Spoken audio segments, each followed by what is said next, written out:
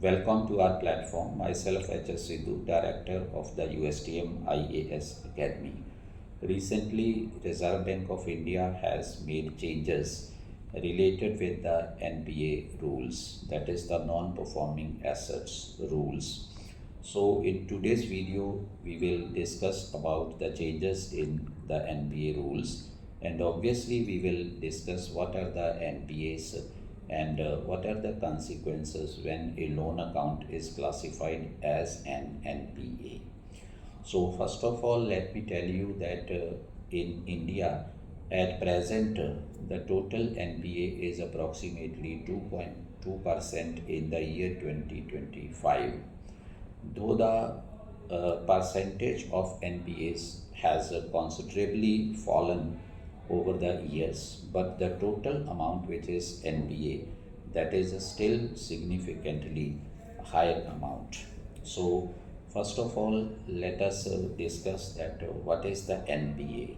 So you know, when a borrower borrows money, then it is shown as an asset in the books of banks or non-banking financial institutions from where the money was borrowed. And if interest and principal amount becomes overdue on a loan account for 90 days or more than it, then this account is classified as an NPA, that is non-performing asset. So as far as the consequences when an account is termed as an NPA, so the first consequence is that the borrower becomes liable for legal action under the SARFAESI Act 2002, and the second consequence is that the collateral security which was attached with the loan account that can be seized by the bank, and the third is that the burden of the penal charges, that is the interest rate or other charges, becomes heavier over the borrower. And the fourth point is that the credit score or the credit worthiness of the borrower comes down. You must have heard about the CIBIL, that is the Credit Information Bureau of India Limited. CIBIL is nothing but a credit rating agency of India. There are many other credit rating agencies as well, but CIBIL is more popular. You know that when you apply for a loan with some bank or some non-banking financial institution, then first of all, your CIBIL score is checked. Your CIBIL score shows your credit worthiness. If your CIBIL score remains higher, then it becomes easier for you to get a loan, and even you can get loan at the lower rate of interest. And if your CIBIL score is low, then it shows that your credit rating is poor, and in that case it becomes difficult for you to get a loan, and if you are offered a loan, then it will be offered at a higher rate of interest. And the fifth consequence which is there, if an account is termed NPA and the principal borrower fails to pay the overdue amount, then the grantor becomes liable to pay that overdue amount on the loan account which is NPA. Now we will discuss about the changes in the rules which have been announced by the RBI recently. So the first change is that is the classification of the NPA accounts. So earlier the NPA accounts were classified on the loan account based. Loan account based means, let's suppose a person B has three loan accounts X, Y and Z with different banks or with the same bank. So suppose two of his accounts Y and Z are performing very well. There is nothing overdue on these two accounts, but his one account, that is account X, that has become NPA. That means the principal or the interest amount becomes overdue on X account for a period of 90 days.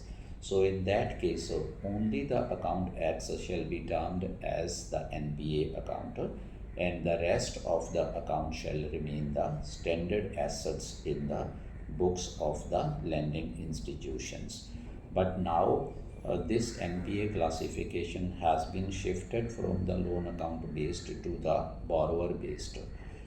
This would mean that let's suppose Mr. P has three loan accounts, that is X, Y, and Z, with different financial institutions or with same financial institution.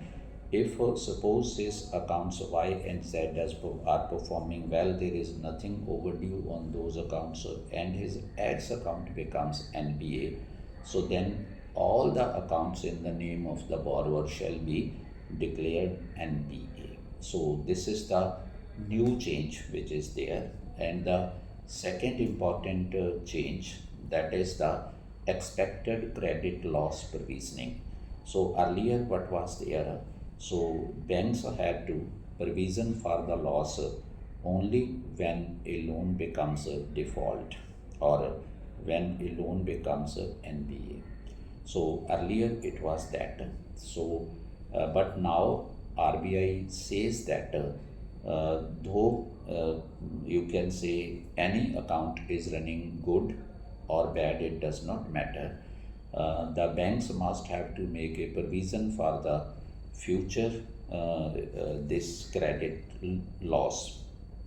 So future credit loss means so all banks must have to make a provision on all the loan accounts for the expected credit loss. So if that provision would have been made by the banks, then it will lead to put an additional burden on the banks, as well as it will affect their capital ratios also, or it will affect their capital calculation as well. So this new rule, which is the provisioning for the expected credit loss, these would become applicable from 1st of April 2027. And the third change which is there, that is the flexibility to the banks. So earlier what was there? The NPA provisioning was linked to the capital calculation. That means when the banks make provision for the NPA, then that affect their capital. Means these two were interlinked, or these two are linked, we can say. So more the NPA, more provision, and more effect on the capital ratios, you can say the adverse effect on the capital ratios. But now this provisioning for the expected credit loss has been delinked from the capital calculation. So that is why this provisioning of the expected credit loss is not going to affect the capital ratios of the banks according to the new rules. So this was all about the today's video. I hope you must have enjoyed the information in this video. In the future, we will you can say be coming with more such informative videos which are highly relevant for your UPSC Civil Services Examination and State Civil Services Examinations. So be with us. Please follow us and subscribe our channel. Thank you very much. All the best. Good luck.